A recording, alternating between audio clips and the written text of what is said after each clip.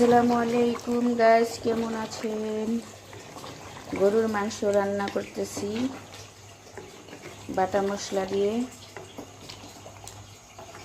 মেহমান আসবে।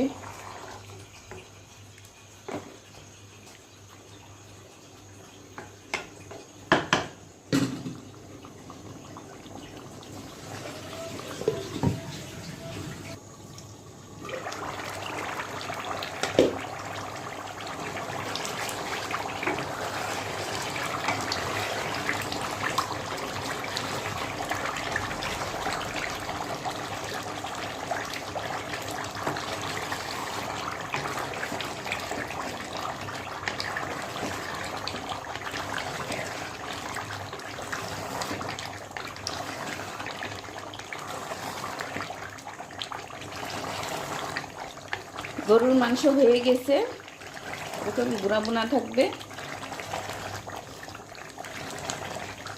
সবাই ভালো থাকবেন, সুস্থ থাকবেন। কে কে গরুর মাংস পছন্দ করেন লাইক কমেন্ট করবেন, পাশে থাকবেন। আমাদের বাসায় দাওয়াত খেতে চলে আসেন। আসলে মেহমান আসলে অনেক ভালো লাগে, খুশি খুশি লাগে। যারা মেহমান পছন্দ করেন আমার পাশে থাকবেন। আল্লাহ হাফেজ, বাই বাই।